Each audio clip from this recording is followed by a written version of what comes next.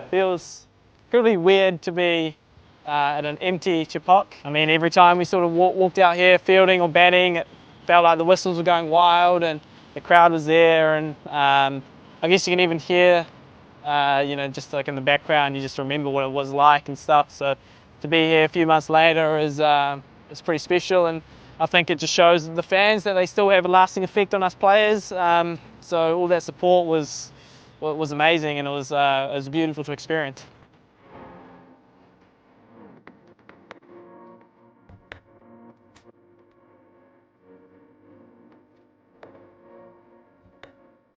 As I sit in this seat in the sea of yellow, it's very interesting to be in this part of the ground rather than being out there. It's a very interesting view on it.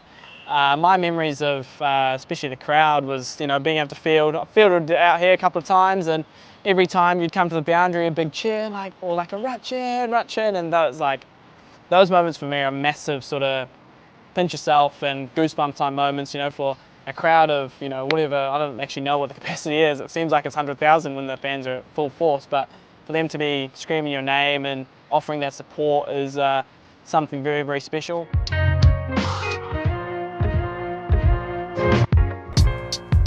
There's many more beautiful moments that have happened here at this wonderful ground. Probably too many to list, but like I said, it's pretty cool to have it all here, and can always reminisce on the times that have gone before us, and I think that's important for us as well to recognise that stuff and know, look, we wouldn't be here as people and cricket as a sport if it wasn't for all these pioneers of the game. So Sunil Gavaskar, legend of the game, probably one of the greatest Indian batters, if not the greatest. Whether Pakistan won the game and the crowd did a lap of honour, I think that just shows the fanfare of the sport and the crazy fanfare of the Chennai fans and the Chipok fans, and Indian cricket fans in general. Obviously the great man Tendulkar, to know that's always there, and this is quite cool. I mean, two of the greatest Indian batters, and for them to be recognised in a ground that's not even their home ground shows the significance of them and what they had on the people of India.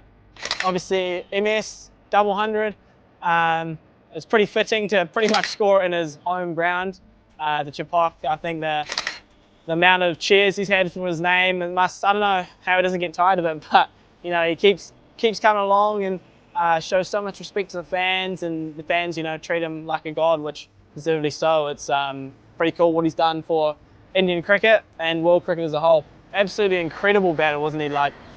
He revolutionised opening the batting, came out with so much intent all the time, and truckloads, thousands of runs at a strike rate of 80 plus in Test cricket, which is not easy. I think he averaged 52, so again, another one of India's greatest players. Amazing just to learn about this stuff and reminisce on those times. And like I said before, without them, we wouldn't be the cricketers we are today. Such idols of all of us, and and that's the beauty of it. You dream as a kid to be in these situations, and for us to be able to play out there with fans that the Chipok has, it's incredibly special.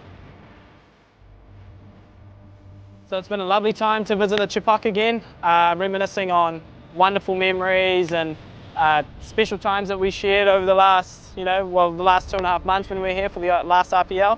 I'm sure it's a bit quiet at the moment, as it was. A lot of yellow back then, and now it's it's a little more barren and not as noisy as it once was. But come May, come that first game of the season, I'm sure it's going to be hissing as it always is. So it's been a pleasure to be back, and thank you, Chennai.